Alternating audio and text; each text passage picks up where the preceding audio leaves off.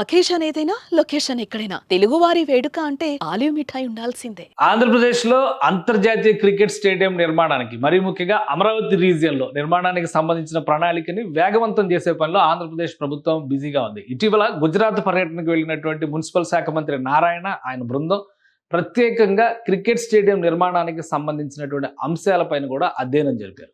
ప్రధానంగా దేశంలోనే అతిపెద్ద ఇంటర్నేషనల్ క్రికెట్ స్టేడియంగా ఉన్నటువంటి మొతేరా స్టేడియం, అంటే Narendra Modi international cricket stadium. ఈ స్టేడియంలో ప్రత్యేకంగా పర్యటన జరిపారు మంత్రి నారాయణ, ఆయనతో వచ్చి వెళ్ళినటువంటి అధికారుల బృందం. ఈ స్టేడియంకు ఉన్నటువంటి ప్రత్యేకత ఏంటంటే 9 నెలల్లో ఈ స్టేడియంని నిర్మించడం, వెంటనే క్రికెట్కి సంబంధించినటువంటి మొదటి క్రీడా వేదిక నిర్వహించడం. ఈ దిశగా గుజరాత్ ప్రభుత్వం నిర్వహించడంలో సక్సెస్ అయింది. అంత వేగంగా స్టేడియంని నిర్మాణం చేయడానికి, నిర్వహించగలగడానికి గల కారణాలపైన కూడా మంత్రి బృందం అధ్యయనం చేసింది. దీనికి ప్రధానమైనటువంటి ఎజెండా ఇప్పుడు అమరావతి పరిధిలో ఒక ఇంటర్నేషనల్ క్రికెట్ స్టేడియము, అలానే క్రీడా నగరాన్ని నిర్మించాలనేటువంటి ప్రణాళికని వేగవంతం చేయడం. సో ప్రధానమంత్రి పర్యటన మే 2వ తేదీన ఉన్నటువంటి నేపథ్యంలో దీనిపైన సమగ్ర అధ్యయనం చేయడం, దానికి సంబంధించినటువంటి శంకుస్థాపన కూడా పూర్తి చేయాలనేటువంటి ఆలోచనతో ఆంధ్రప్రదేశ్ ప్రభుత్వం ఉన్నట్టుగా కనిపిస్తోంది. ఏడాది టార్గెట్ పెట్టుకొని మూలపాడు దగ్గర ఆంధ్రప్రదేశ్ క్రికెట్ అకాడమీ ఒకటి ఫామ్ అవబోతోంది. బీసీసీఐ దీన్ని ఇప్పటికే అప్రూవ్ చేసింది. ఆల్రెడీ మూలపాడు దగ్గర 2 క్రికెట్ స్టేడియంలు ఉన్నాయి, కానీ అవి అంతర్జాతీయ మ్యాచ్లు జరిగేటువంటి స్టేడియంలు కావు. దేశవాళీ క్రికెట్కి ఆతిథ్యం ఇస్తున్నటువంటి మ్యాచ్లు. విజయవాడ నగరానికి దాదాపు 25-30 కిలోమీటర్ల దూరంలో ఉన్నటువంటి మూలపాడు గురించి పెద్దగా ఎవరికి తెలియదు. కానీ ఇప్పుడు క్రికెట్ అకాడమీని శాంక్షన్ చేయడము, అక్కడే క్రీడా నగరాన్ని నిర్మించాలనేటువంటి ఆలోచన చేయడం, ఈ నేపథ్యంలో మూలపాడు గురించి చర్చ ఎక్కువగా జరుగుతుంది. ఒకసారి పరిశీలిద్దాం, మూలపాడు ఎక్కడ ఉంది, దీనిపైన ఎందుకు రాష్ట్ర ప్రభుత్వం అంత ఫోకస్ పెట్టింది అనేటువంటి అంశాలని విశ్లేషించేటువంటి ప్రయత్నం చేద్దాం. ఇది అమరావతికి సంబంధించినటువంటి మాస్టర్ ప్లాన్ మ్యాప్. ఒకసారి ఈ మ్యాప్ చూస్తే కనుక చాలా విషయాలకి ఈ మ్యాప్లోనే, అంటే గతంలోనే ఒక పరిష్కారాన్ని ఇచ్చినట్టుగా మనం అర్థం చేసుకోవాల్సి ఉంటుంది. ఈ మ్యాప్లు రూపొందించినప్పుడే దాని సమీప ప్రాంతాలను కూడా రాష్ట్ర ప్రభుత్వం గుర్తించింది. మూలపాడు కృష్ణానదికి ఆవల ఇటు పక్కన ఉంటుంది, ఇటు ఇబ్రహీంపట్నం, అంటే ఇక్కడ నుంచి ఇటు వస్తే విజయవాడకి దీనికి సంబంధించి దాదాపు 30 కిలోమీటర్ల డిస్టెన్స్ ఉంటుంది. కానీ ఇప్పుడు రాయపూడి నుంచి ఒక ఐకానిక్ వంతెనని ఇక్కడికి నిర్మించబోతున్నారు. అది కూడా మూలపాడికి రీచ్ అవుతుంది. అంటే అమరావతికి అత్యంత సమీపంలో, ఇది కేవలం 5.2 కిలోమీటర్ల డిస్టెన్స్ ఈ బ్రిడ్జ్ నిర్మాణం జరిగితే కనుక ఈ ప్రాంతానికి వచ్చేటువంటి. సో ఈ అంశాలన్నింటినీ దృష్టిలో పెట్టుకుని ఇది అమరావతికి కోర్ క్యాపిటల్కి అతి సమీపంలో వచ్చేటువంటి ప్రాంతం అని నిర్ణయం చేసింది. పైగా రాష్ట్ర ప్రభుత్వం ఇచ్చినటువంటి మాస్టర్ ప్లాన్లో స్పోర్ట్స్ సిటీని ఇక్కడే నిర్మించాలనేటువంటి ఆలోచన చేసింది. దీనికి సంబంధించి మాస్టర్ ప్లాన్లో ప్రణాళికలను కూడా పెట్టింది. So extension of sports city అనేది కృష్ణానదికి అవతల పక్కన చేయాలనేటువంటి ఆలోచన ప్రస్తుతం ఆంధ్రప్రదేశ్ ప్రభుత్వం చేస్తోంది. ఈ క్రమంలోనే అక్కడ అందుబాటులో ఉన్నటువంటి ప్రభుత్వ భూముల్ని దృష్టిలో పెట్టుకొని అవసరమైతే సమీప ప్రాంతాల నుంచి కొంత భూసేకరణ చేయాలనేటువంటి ఆలోచన చేస్తుంది. అది కూడా ఈ స్టేడియం నిర్మించడానికి. ఆల్రెడీ చాలా మందికి ఒక డౌట్ రావచ్చు, మంగళగిరిలో ఒక స్టేడియం ఉంది అనేటువంటి మాట. మంగళగిరి స్టేడియం కట్టడానికి 12 సంవత్సరాలు పట్టింది.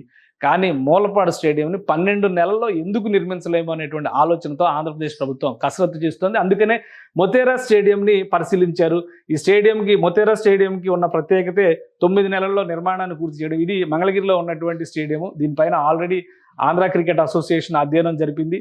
12 ఏళ్లు పట్టింది నిర్మాణం చేయడానికి. 2012-13లో ప్రారంభించిన తర్వాత దశల వారీగా అది పెండింగ్లో పడడం, చివరికి 2014-15 ప్రాంతంలో మొదలు కావడం, 2018 ఎండింగ్లో కంప్లీట్ అవుతుంది అనుకున్న టైంలో ఆంధ్రప్రదేశ్లో ప్రభుత్వం మారడం, ఆ తర్వాత పూర్తిగా అసలు ఈ ప్రాంతానికి వెళ్ళేటువంటి రహదారి వ్యవస్థలే పట్టించుకునే పరిస్థితిలోకి వెళ్తూ మొత్తం ఈ స్టేడియం అంతా కూడా నిర్మాణపరంగా సాంకేతికంగా కొన్ని సమస్యలు ఉన్నాయి కాబట్టి దీన్ని అంతర్జాతీయ మ్యాచ్లకు వినియోగించడం సాధ్యం కాదని బీసీసీఐ తేల్చి చెప్పినట్టుగా ఒక సమాచారం ఉంది. ఈ క్రమంలోనే ప్రత్యామ్నాయంగా కొత్త స్టేడియం నిర్మించాలని ఆంధ్రప్రదేశ్ ప్రభుత్వం ఆలోచన చేస్తే ఆంధ్ర క్రికెట్ అసోసియేషన్ ఈ ప్రతిపాదనను బీసీసీఐ ముందర పెట్టింది. ఇప్పుడు బీసీసీఐ 60% ఆర్థిక సాయంతో 40% ఆంధ్ర క్రికెట్ అసోసియేషన్ భరించే విధంగా ఒక కొత్త మోడల్ని ప్రపోజ్ చేశారు. ఆ ప్రపోజల్కి ఆంధ్రప్రదేశ్ ప్రభుత్వం కూడా ఆమోద ముద్ర వేసింది. అందుకనే నిర్మాణ ప్రణాళికను ముందుకు తీసుకెళ్లాలనేటువంటి ఆలోచన చేస్తుంది.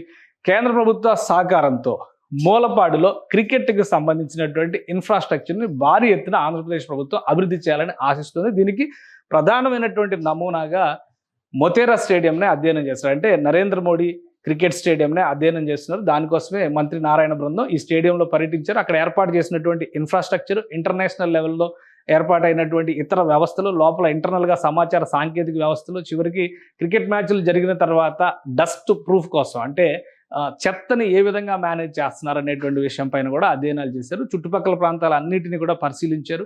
టోటల్గా ఇంటర్నల్ కమ్యూనికేషన్ సిస్టమ్స్ని ఏ విధంగా ఏర్పాటు చేశారనే అంశాలను పరిశీలించారు.